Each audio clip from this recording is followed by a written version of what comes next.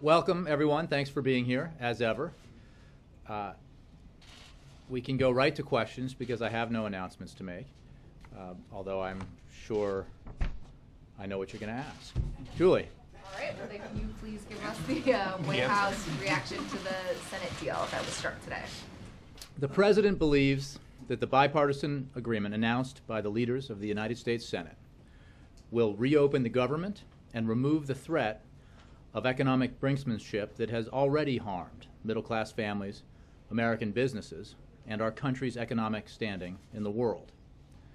The President applauds Leader Reid and Minority Leader McConnell for working together to forge this compromise and encourages the Congress to act swiftly to end this shutdown and protect the full faith and credit of the United States of America. And I assume that means that he supports the provisions that are included in that, including the 2 dates for opening the government and raising the debt ceiling? Well, he does. He believes that this agreement achieves what's necessary in terms of reopening the government and removing the threat of default and the kind of brinksmanship that we've seen. Again, we haven't seen legislation move through either house at this point, but so we're not issuing an official statement of administration policy, but he looks forward to Congress acting so that he can sign legislation that will reopen the government and remove this threat from our economy. Is he confident that both the Senate and the House will be able to vote on this measure today? We leave parliamentary procedures to the Congress. We obviously hope that each House will be able to act swiftly because we're already on day 16, I think, correct me if I'm wrong, of a wholly unnecessary shutdown of government with real consequences for real people. And we are obviously very close to the point beyond which the United States Treasury no longer has the authority to borrow new money to meet our obligations. So as soon as possible is essentially the recommendation we have from here. Since we are so close to that deadline, are there any operations or procedures that are going in place today to prepare for the possibility that Congress cannot pass this measure today? The Treasury is the place that would answer questions like that. What I can tell you is what Secretary Lew has made clear in his testimony and in his letter to Congress, and that is that the Treasury Department will exhaust borrowing authority at the end of the day tomorrow, Thursday, October 17th. And that, beyond that point, the Treasury would have only cash on hand. It would not be able to borrow new money to meet obligations. Jeff. Jay, how confident is the White House that the House will pass this deal? We are not putting odds on anything. We're simply applauding the leaders of the Senate for reaching the agreement that they've reached and calling on both houses of Congress to act swiftly to take action to ensure that the government reopens and the threat of default is removed and that the continuing harm that these 2 situations have caused to our economy can stop. The President has said from the beginning that he would not negotiate on this. Now that it looks like there is a deal, do you feel like he fulfilled that pledge? What the President made clear was his position is that he would not allow a situation to develop where he paid ransom to any party in Congress that was trying to extract unilateral political concessions in return for Congress fulfilling its fundamental responsibilities. And he believes that's the right position for him to take, that it was the right position, it is the right position, and it's the right position for presidents of the future to take, because our economy is extremely dependent on the faith and credit that is invested in it by investors around the world. In other words, there is a real, even if intangible, value to the safeness of investing in the United States. And as we've discussed many times over the past days and weeks, threatening that does real harm, and obviously default would cause even more harm. But we've already seen there is already a price that has been paid, as we saw in 2011, and we've seen again now in the various ways that the flirtation with crossing that line and flirting with default has brought about consequences. So he felt and feels that it's the right position to take, and again applauds the leaders of the Senate for coming together and working out a bipartisan solution. Is there any concern, even with this deal being made, that a downgrade from some of the credit rating agencies could still be pending? Well, I would refer you to Treasury for those kinds of assessments. I think that we focus on the things we can control, which is calling on Congress to quickly act on this compromise agreement and ensure that the government reopens and that the threat of default is removed. And lastly, this is leading to additional budget talks later this year. Once those talks are underway, will the White House and will the President insist that revenue continue to be on the table? The President has insisted that in these budget negotiations that he's been calling for all year, everything has to be on the table. And that will be his position going forward. What he believes is a fair approach to resolving our budget challenges is reflected in the budget he submitted.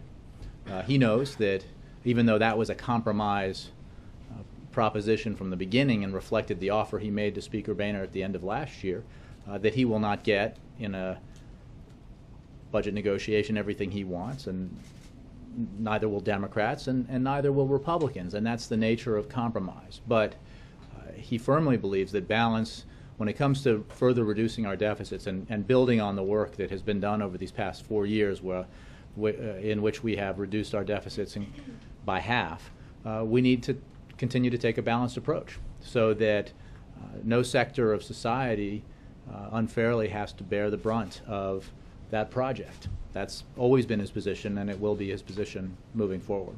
Thank you. Yes. Thanks, Jay. Can you just give us a little color how the President was informed of the deal, who told him, what his reaction was? No. None? Right now, Brianna, I think we're looking to Capitol Hill for action to be taken. The President, as you know, has been in contact with leaders in Congress, as have members of his team, and we are encouraged by the progress that we've seen and hope that it is fulfilled through votes in both the Senate and the House. Can you give us any more about how he was involved in the process? Well, as I've said, and as you know, he's had meetings with leaders of Congress. He's had phone calls with leaders of Congress. He invited all members of both houses to the White House. And it is also the case that we don't inform you of every phone call that he makes, either to members of Congress or to others. So he's been engaged in this process. His team has been engaged in this process. Ultimately, our position has been consistent and clear, and therefore not that complicated to communicate either to you or the public or to Congress. We have simply urged all sides to put down or put aside the efforts to achieve partisan advantage and leverage, and instead to move forward with an agreement that opens the government and raises the debt ceiling so that the threat of default does not hang over us at the time, at this time. The President said yesterday, basically once this whole mess was resolved, he said, once that's done, the day after, I'm going to be pushing to say, call a vote on immigration reform. Does he really think that a recipe for success on immigration reform, one divisive issue, is to deal with it right after another divisive issue is resolved? The President believes that one of the consequences of these manufactured crises is that time is taken away from the pursuit of other goals that we have as a nation, and that includes economic goals that go to the heart of his agenda to build a better, building a better bargain for the middle class, and it goes also to the project of bringing about legislation that he can sign that comprehensively reforms our immigration system in this country. Now, that legislation passed the Senate with a significant bipartisan majority, and he absolutely believes that the House ought to take up that legislation and pass it. And as we've discussed in recent days, that's not a partisan pursuit. It's the opposite of a partisan pursuit. One, because it requires votes from both parties, and it also would benefit both parties. Does he think pushing it right away increases the chances of yielding a result that he might be amenable I think the to? President was simply reflecting that, unfortunately, even though we've been pushing for comprehensive immigration reform all year long, and it's been a major priority, there is no question that the decision by the House to shut the government down and to flirt with default has forced him and everyone in Congress to pay attention to those problems and to those crises rather than the many other things that we could and should be working on, and immigration reform is one of them. And I don't think, again, there are many, many proponents of comprehensive immigration reform in the Republican Party and within the broader Republican universe.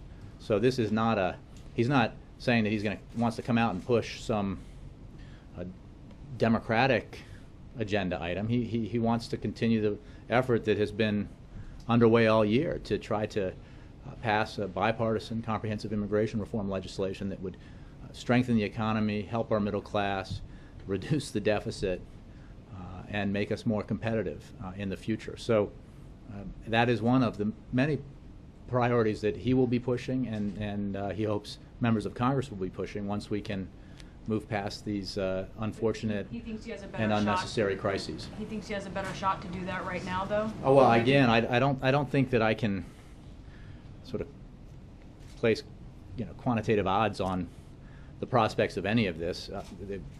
Congress is a difficult institution to make predictions about. So our view is simply that it's the right thing to do, and we're going to push for it. And we think there's a strong argument to be made on a whole array of areas when it comes to immigration reform. It's the economically right thing to do. It's the right thing to do when it comes to deficit reduction. It's the right thing to do when it comes to ensuring that the best and the brightest from around the world who come here and get an education stay here and start businesses.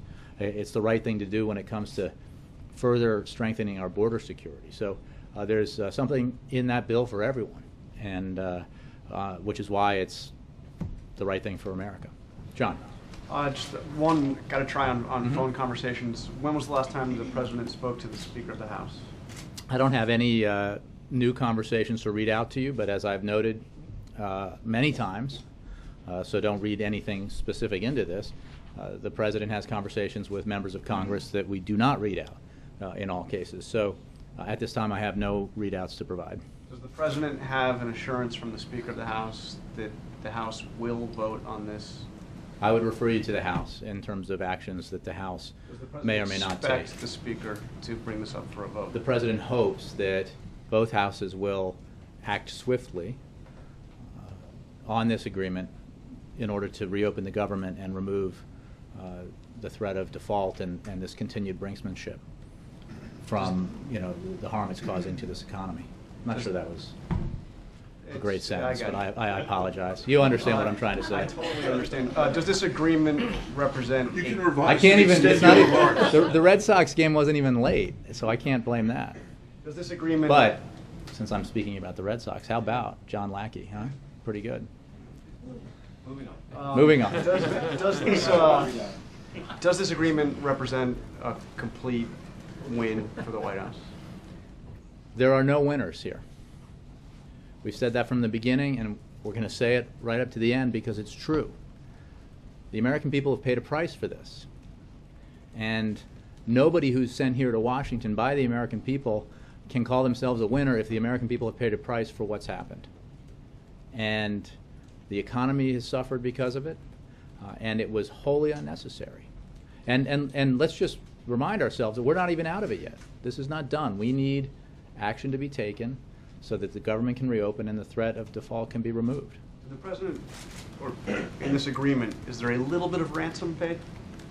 I mean, there is a provision in here that requires verification for recipients of subsidies under the Affordable Care Act. The income verification provision to which you refer was negotiated by Senate Democrats and Senate Republicans and is a modest adjustment to the existing Affordable Care Act law. We have always said we are willing to make improvements and adjustments to the law. Ransom would be a wholly different thing. And Well, it's a little bit of ransom. no, because it's no, something that was not done if, with the gun on not the if, table or the not if common fund both and sides the agree to it and we support it. We're fine with it. Okay, and then I'm very quick to just factual things on the Affordable Care Act. Can you give us some updated figures on web traffic? You were very free with this in the first few days, so where are we now? Here's what I can tell you. Today we are 2 weeks into the implementation of the Affordable Care Act's health insurance marketplace, where Americans, regardless of their income, job status, or age, or health status, can access quality, affordable health coverage they can rely on. Healthcare reform is more than a website. Across the country, people are getting health insurance. Although the glitches are unacceptable, so is the idea of leaving millions of Americans on their own, including families across the country who now have access to health care that they did not have 2 weeks ago. I noted that on one network today that there was a suggestion that that network could not find a single story of someone enrolling, which was ironic because they're all over the rest of the media, including in Delaware, a small business owner found a plan that costs her $150 less than the cost of her previous plan. Again, these are other media reports. We don't not information we're collecting or disseminating. The Kaiser Health News refers to a college student who will pay $70 a month after federal subsidies, the same amount he is currently paying, but for much broader coverage in this case. And he says, "I'm thrilled to get something this good at that price. It was a complete surprise." In New Mexico, a business owner signed up his employees and got quoted a policy that will save $1,000 per month. This is the owner of a law firm in New Mexico. And I mentioned some other stories. And these are just stories that reflect that despite the glitches that we acknowledge and that absolutely must be fixed, people are getting on and enrolling.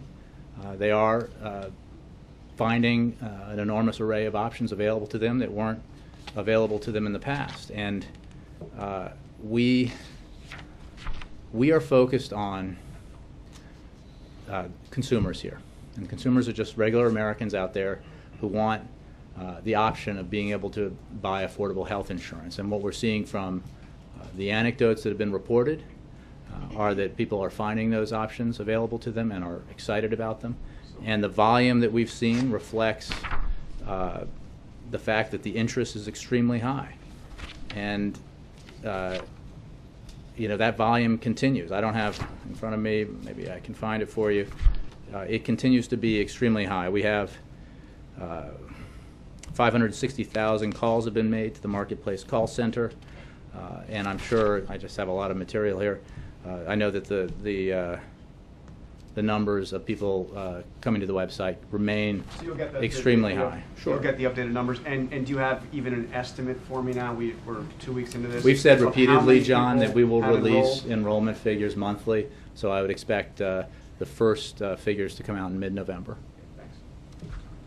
Yeah. Jake, I understand what you were saying about there's no winners, but clearly the White House and the President wanted to establish a new norm. No reopening of the government with what you consider to be partisan legislative attachments, avoiding default with the same approach. Mm-hmm. Has that strategy been vindicated, and you believe 16 days of shutdown was worth that effort to achieve that, what The you hope to shutdown be a was new wholly norm? unnecessary, and this was a manufactured crisis. The President's position from the beginning was that Congress ought to pass a continuing resolution at existing funding levels. He made no requests associated with that, demanded no concessions in return for signing a legislation that would extend government funding to allow for broader budget negotiations. So. But he did want to push back on the idea that you could use either one of these pieces of these deadlines as levers. Has that been The president vindicated believes that it was and the right worth it? position to take, and it remains the right position to take, that especially when it comes to the full faith and credit of the United States, that neither he nor any of his successors can allow a dynamic to take root where raising the debt ceiling is used as leverage, or the refusal to raise the debt ceiling is used as leverage to try to achieve some partisan policy objective. And do you believe this now settles that question? Again, we don't have a bill to sign. So we're not in a position here to even say that the government has been reopened or the debt ceiling has been lifted. So I think hopefully when we do, we can have a fuller discussion about what comes next. So I don't want to get ahead of where we are today. We are pleased with the progress made in the Senate and the agreement announced by leaders Reid and McConnell today, and very much appreciate the bipartisan effort underway in the Senate that reflects, we believe, a model for how we can move forward. And after all, this has only been about basic stuff: funding the government, making sure the United States pays its bills. We will have, hopefully, serious substantive negotiations around a broader budget agreement. And in that process, hopefully there'll be a willingness to compromise by both sides. And if that is the case, then perhaps we can reach a broader budget agreement that will settle some of these disputes in a way where nobody gets everything he or she wants, but the American people win because there is increased certainty and necessary investments to help our economy grow and protect and expand the middle class. And that's what we seek here. And we think that those are goals that really have been and can be shared by members of both We'll parties. get to those negotiations in a second. Can the country anticipate hearing from the president when this process finishes itself on Capitol Hill? I don't have any scheduling announcements to make when it comes to the president. Obviously, he's been very much engaged in this and has spoken publicly about it rather frequently. So we'll have to see once we have a resolution as to what format his first comments about it will take. Logistically, is it important, once the legislation is completed, when it is completed, that it get over here right away to avoid this scenario that the Treasury Secretary has laid out, or do you think there's some time of 24, 48 hours? It's not an urgent matter that the legislation get here. I think that the uncertainty that has already been created has caused harm to our economy, and I'm just citing the financial press in saying that. This is not some inside information. We know it based on what's been reported.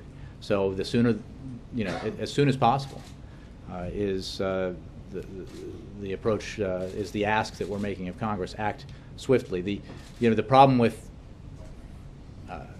reaching the debt ceiling, the problem with reaching that date where beyond which the United States no longer has the authority to borrow new money, is that it is uncharted territory. And There's a degree of urgency to avoid that. I would point you to what Secretary Liu and others have said about this, and simply urge Congress to act swiftly. On the negotiations, once they occur, is it the highest priority of the White House to undo or redraw sequestration? The President has many priorities reflected in his budget. I think the President believes we ought to set budget policy in a way that makes wise choices about how we invest, and sequester definitely does not fit the bill in that, because it was sort of mindless across the board cuts that, by design, that took away from lawmakers and policymakers the ability to make wise choices about how we fund our government and what investments we make so that the economy can grow, and what programs provide the best bang for the taxpayer dollar when it comes to growth and job creation. So we certainly from August about we need to invest, and we're not going to be so obsessed with deficit reduction. It's important, but we're going to try to deal with other investments. You take those speeches all throughout August. this agreement, push it up to January 15th when the next layer of sequestration cuts really begin to bite in a new and fundamentally different way, wouldn't it be fair to deduce that that's the #1 priority, to redraw those numbers? Well, again, I don't think it's all about sequester. The president's budget has savings that completely eliminate the sequester and then exceed it when it comes to deficit reduction. So it is clearly his belief, as a belief shared by many Republicans, that the cuts created by sequester are done with an axe instead of a scalpel, or a cleaver instead of a scalpel, and they thereby do harm unnecessarily to various aspects of our government and our economy. And we ought to do better. We ought to come together and negotiate a broader budget agreement in which everybody can agree on where to cut, how to reduce the deficit, where to invest, and plus up some programs because they're good for the economy and good for the middle class, good for educating our children and investing in our future. And from that, we can strengthen the foundation that we've built already for economic growth in the future. Ed? Jay, on the following on Major's question about the strategy of not negotiating over default and whether or not that's been vindicated. During the campaign, the president also talked about if he won the election, he would break this Republican fever he felt was there to sort of not work with him. With this deal, do you think he's made any progress in breaking that fever, or have Ted Cruz and other Republicans kind of driven both sides further apart? It's a great question, and I think it's fair to say that the experience that we've all had demonstrates that the kind of hyper-partisanship that was a problem in the past, especially in one house, continues to be a challenge, and that when pursued at the expense of good governance and the American people, it does harm to our economy and just causes dysfunction here in Washington. It's a way of asking, a good way, but a way of asking the same question that was asked before, which is, how do we, what odds do we set on cooperation and bipartisan compromise in the future? And I don't think we would put odds on that. We would simply hope that this experience, if and when it's over, would remind all of us here that these kinds of crises only create harm to the American people and to the American economy. There are costs that have already been incurred because of shutdown, because of the flirtation with default, and they're not retrievable.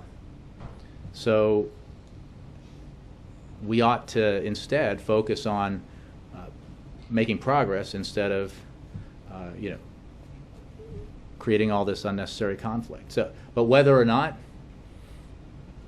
this experience will lead to different choices in the future is really a question for members of Congress. But on the last part of Ted Cruz, I know you guys don't like to comment on him directly, but him and whoever supports him, have they been, do you think they've driven people apart? Do you think that there's any room for compromise you talked about moving forward from this? Well, that again, completely legitimate questions. I think that these are questions that can be best answered by Republicans in both houses.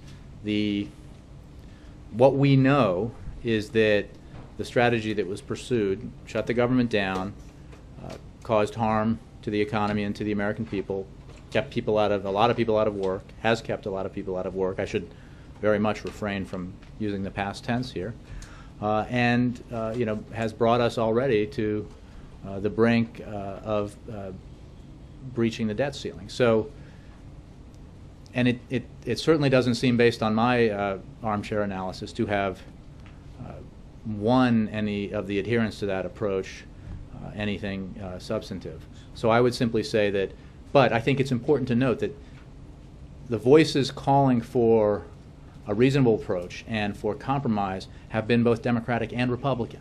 There is I think, large constituency of conservative Republicans who, believe that it's not right for the American people and the American economy to take an all or nothing approach. And we've heard those voices, and some of the Republicans who have expressed that opinion are the ones who have been very helpful in the Senate in helping bring about the agreement that was announced today. Thank you for trying to answer the Republican side. And so, that I didn't asked really, you to. but No, but well, you tried. But let me ask you, take a final crack at it from Mhm. the president's perspective. In one of the interviews he did yesterday with WABC in New York, he said the problem is that Speaker Boehner gets weakened every time he negotiates with the president. These are the president's words. He gets an agreement with them, then Boehner goes back and, quote, can't control his caucus. So if we accept that premise, I suspect the Boehner people might push back. Let's accept the president's premise. Question, very simple. What is the solution? Does the president want a new speaker? Does the president think there's something he can add, a solution, some new approach he can bring? You said the American people paid a price from this debate. Has the president, with 3 years to go, have the Republican leaders, have they paid a price? What's the I think, solution? again, everyone pays a price for the failure to function here in Washington. So on that question, the answer, I think, is pretty clear. I think what the president was saying in that interview is reflected by what we've all seen over these past several years, and many of you have reported, which is that even when there has been a sincere willingness, in our view, by Republican leaders to try to find a compromise on some of these broader budget issues, there has not been the support for leadership to consummate those potential agreements. And I think that is a bland statement of the obvious. So, and that has played out a number of times. I think, as I've said many times, the president has a good relationship with Speaker Boehner, and I'm not trying to harm him by saying that. He has, and believes that Speaker Boehner has, in their negotiations over the years, sincerely wanted to or tried to find a compromise. And when it comes to moving forward, the president's going to take the same approach with the same open-mindedness about compromise that he has in the past, and he hopes that there will be leaders and rank-and-file members of the Republican Party willing to meet him halfway and reach a deal that does good for our economy and for our people. Thank you. The president recently from that podium, Jay, apologized to the American people for having to put up with government by crisis. Mm-hmm. I know you've addressed this in some form, but why today, given the fact that this is such a short-term deal, should Americans have any faith that any broader deal can be achieved by this president and this Congress within 90 days? Well, it's a fair question. I think that, again, there seems to be an openness, not just by Democrats but by Republicans, to trying to forge a compromise on our broader budget issues. Whether how big that agreement would be will depend on how the negotiations go. But the president has sought that kind of broader compromise, and certainly Democrats have sought it, and there have been Republicans and are Republicans who seek it. So perhaps this will create an opportunity to finally reach a broader agreement that invests in areas of the economy that need to be invested in, and that makes smart and balanced choices about further reducing our deficit. Does the president have any regrets about anything relating to his management of these simultaneous crises, or any crises that preceded these that may have created this situation we're presently in? What would be his number one regret from his position? I think the president's position has been pretty clear. So in this, I was going to let me get to these two manufactured crises that we've been dealing with in the last several weeks. The president made clear what his view was, made clear that he was asking for nothing in return for Congress doing its job, no concessions demanded on his part, and made clear that he believed that shutting the government down and threatening default would only do harm to the American people and the American economy, and that I think he believes that was the right position to take, and continues to be the right position to take, and he is very optimistic or hopeful that the agreement announced today can be moved through Congress so that we can get beyond these crises. I think it's fair to say, as the president has said, that what happened in 2011 was created the precedent here that was so important to avoid in 2013. and that the willingness at the time to try to link the debt ceiling issue, the absolute need for Congress to ensure that the United States pays its bills, around a series of policy demands by the Republicans did real harm. And those are, I think, are lessons that we all learn, because there's no question, as we've debated and discussed here in the past, in previous years, legislation to increase the debt ceiling has been attached to different bills and has been discussed within the context of budget and other policy negotiations. But the concrete willingness to default and threaten default is not something we had ever seen until 2011, and the economy paid a price as a result. And I think we all, including the President, learned lessons from that. Already some businesses are reaching out to their employees, contract employees and others, and preparing them to come back to work as early as tomorrow. Has the White House done anything proactively to have its entire staff back in position as early as tomorrow? Not that I'm aware of, but we'll take the question. Carol. When you were asked about how you guys, if you are confident that the House will pass this agreement, you said you're not going to put odds on anything. And so given that you seem a little skeptical about it, is there anything that the President is doing today to try and move this forward, either on the House or Senate side? Again, the President has been in regular communication with congressional leaders. I don't have any specific conversations to read out. His team has been in regular communication with congressional leaders and their staffs. I'm not expressing skepticism. I'm simply not saying this is done, because it's not done. And we call on Congress to act quickly to pass legislation that the President can sign so that we can reopen the government and remove the threat of default that has been looming over us for so many days now. Yes? So investors are holding $120 billion in Treasury bills coming due tomorrow. Should they still be You worried? guys get the sense that Bloomberg's asking a question? Should they still be worried that they're not going to be paid? I would refer you to Treasury. I would simply say that the borrowing authority of the United States that Treasury has under current law is exhausted at the end of the day tomorrow, as the Treasury Secretary has made clear repeatedly. Beyond that, if there's not a resolution to this and the debt ceiling isn't lifted, then we have a cash on hand situation when it comes to meeting our obligations. For more on that, I refer you to the building down the street. And given that the agreement only extends the debt ceiling to February 7th, why should investors not anticipate that they'll be in this economically precarious position 4 months from now? I'd say a couple of things. One, the agreement includes retaining the abilities of the Treasury Secretary to exercise extraordinary measures, which is important because we need to have that cushion against the prospect of a potential unwillingness by Congress to raise the debt ceiling.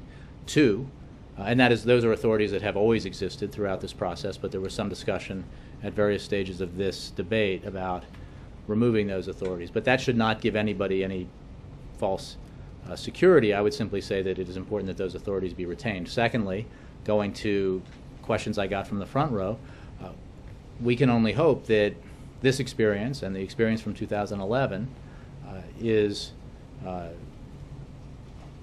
informative to members of Congress when it comes to the absolute necessity to ensure that the United States can always pay its bills on time without drama or delay. Because even if you go to the brink, you inflict damage on the economy. You basically cause a premium to be charged to the American people. So the actions of flirting with default, flirting with crossing the debt ceiling deadline, result in higher costs for the American government and therefore the American taxpayer. And there's no upside to that.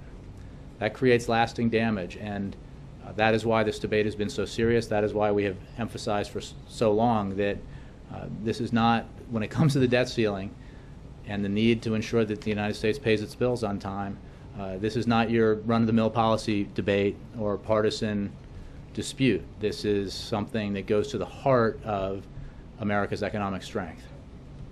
Yes, Michael. As you guys have watched this play out and you've seen some Republicans, both in the Senate and the House, push back against their more conservative members, thinking of the kind of gang of Republicans in the Senate that helped work out this deal, and then also some of the more sort of moderate Republicans or centrist Republicans you've seen in the House.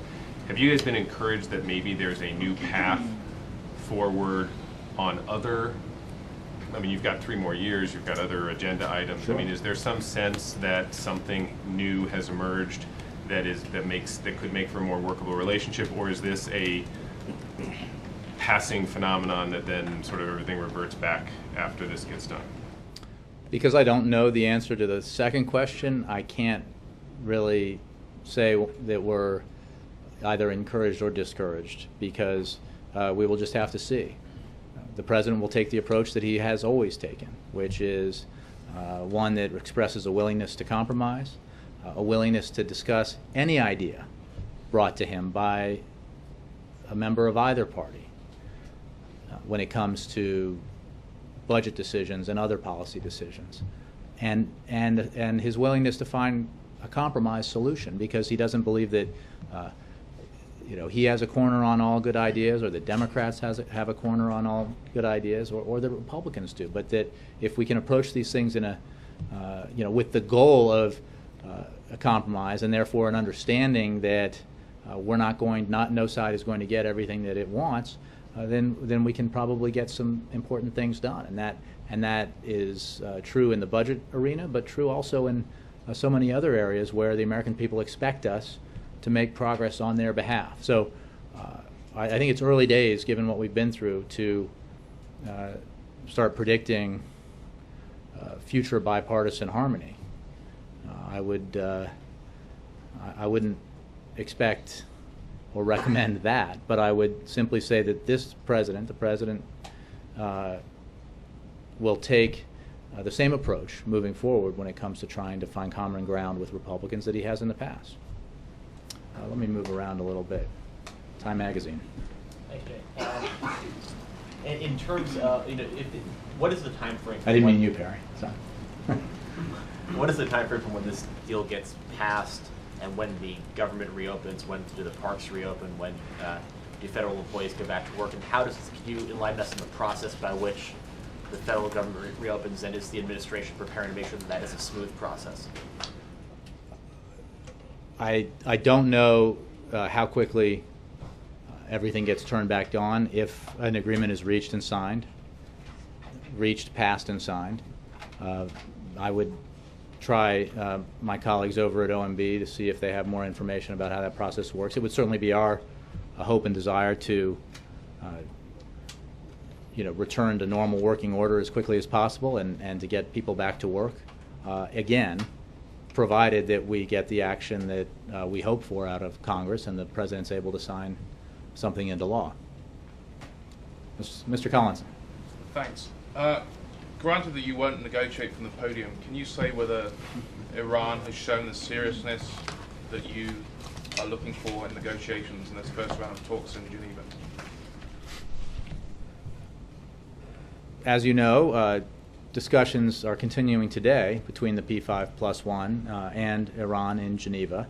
Yesterday, for the first time, the P5+1 and Iran had very technical discussions, and we found the Iranian presentation very useful.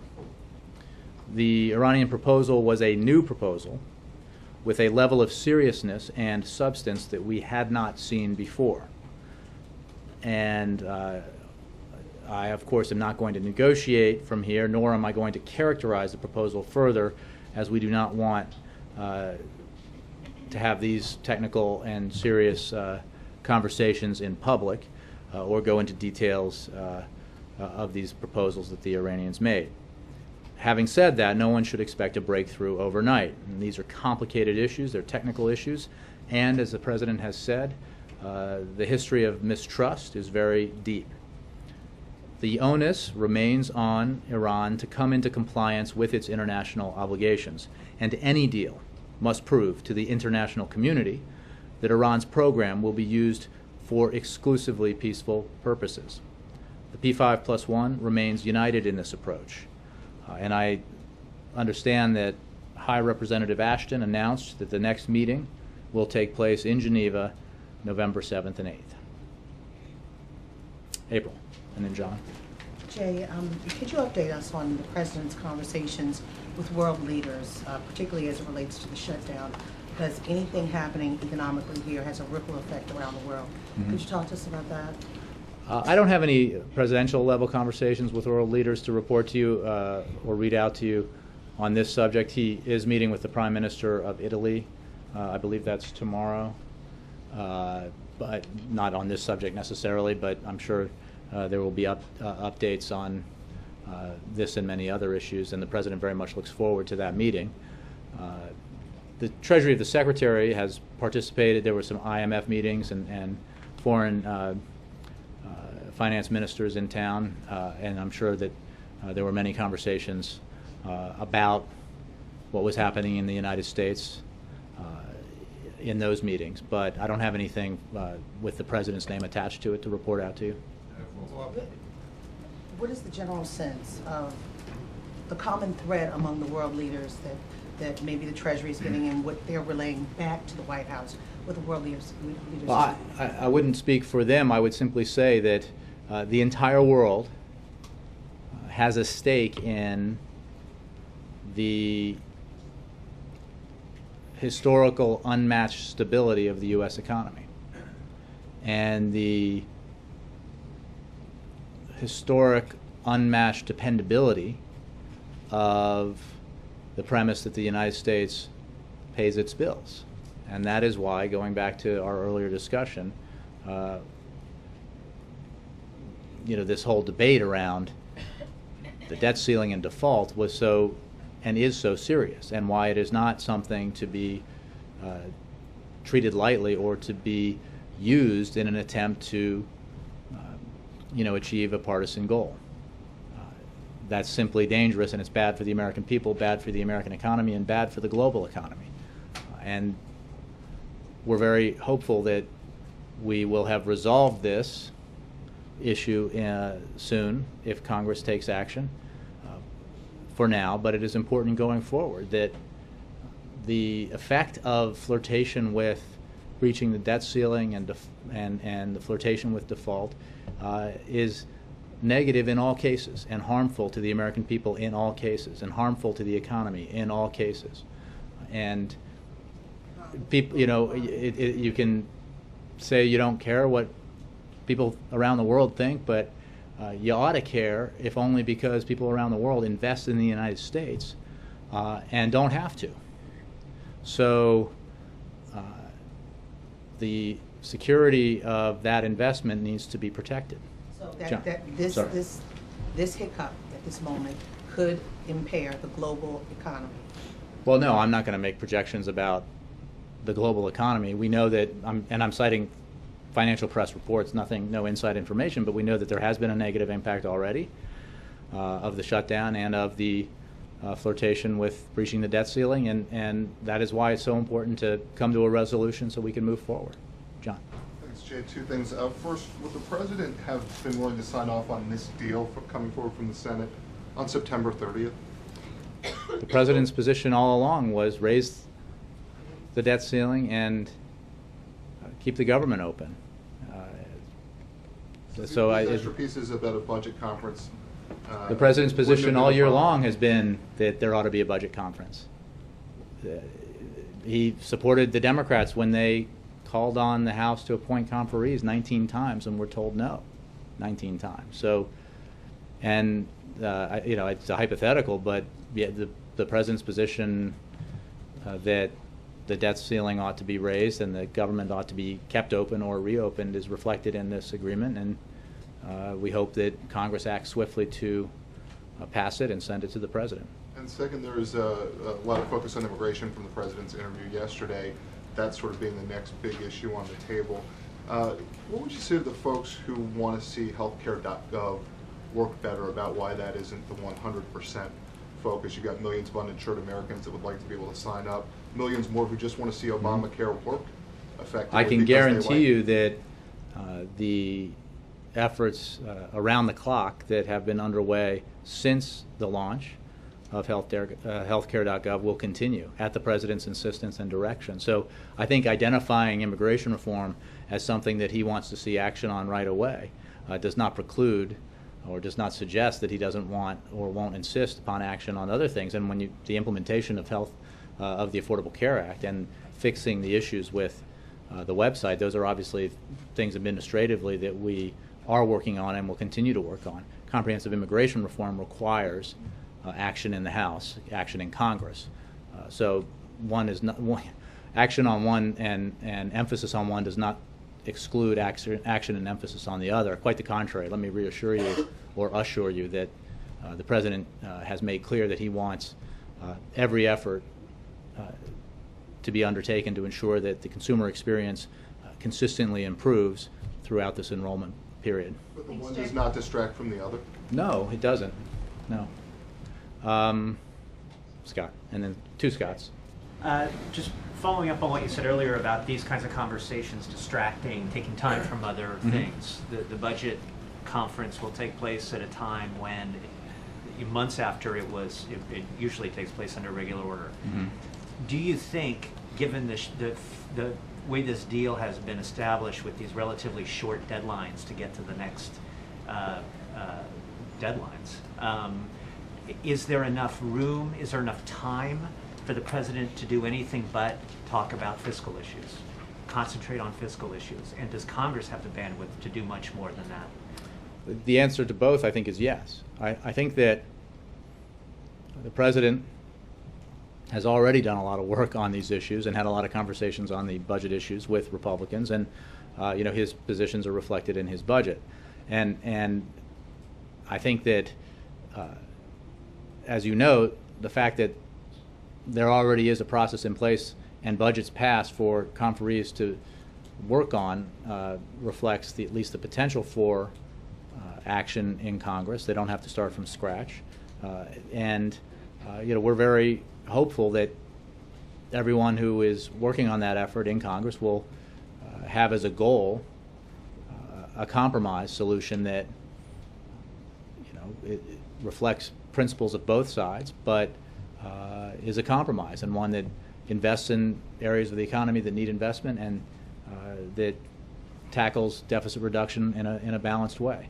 So, that the question suggests that in this country we even have the luxury of only doing one thing at a time, and we don't. And that's why,